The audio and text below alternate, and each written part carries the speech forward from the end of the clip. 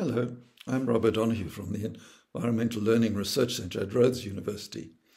When one's looking at conventional subject pedagogy, a key question is how can we take this conventional pedagogy and expand it for ESD?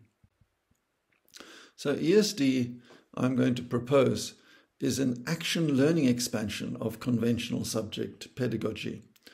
And as a subject teacher, what I was taught to do was teach my subject, to clarify concepts and model ways of engaging these concepts.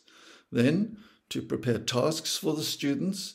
These structured tasks were to engage the students in the concepts and often in systems thinking in the subject field.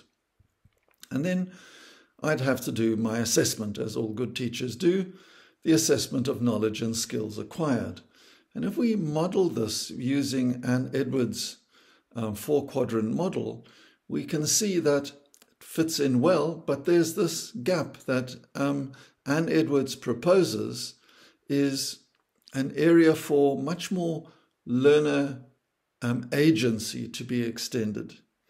And Anna Svard talks about the important need to balance both the acquisition of knowledge and opportunities for the learners to participate in learning, and therefore to learn through participation.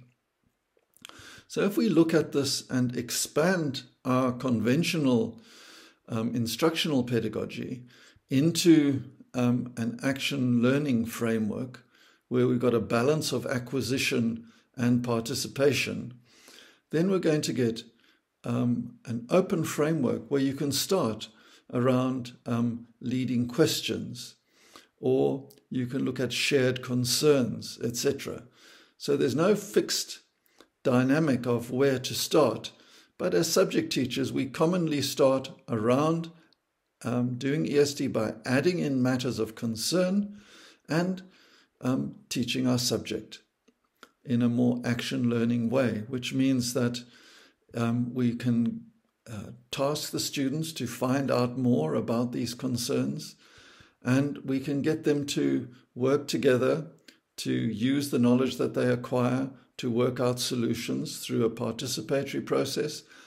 And most important is that this work can get carried through to the students trying out and assessing the changes that they have in mind.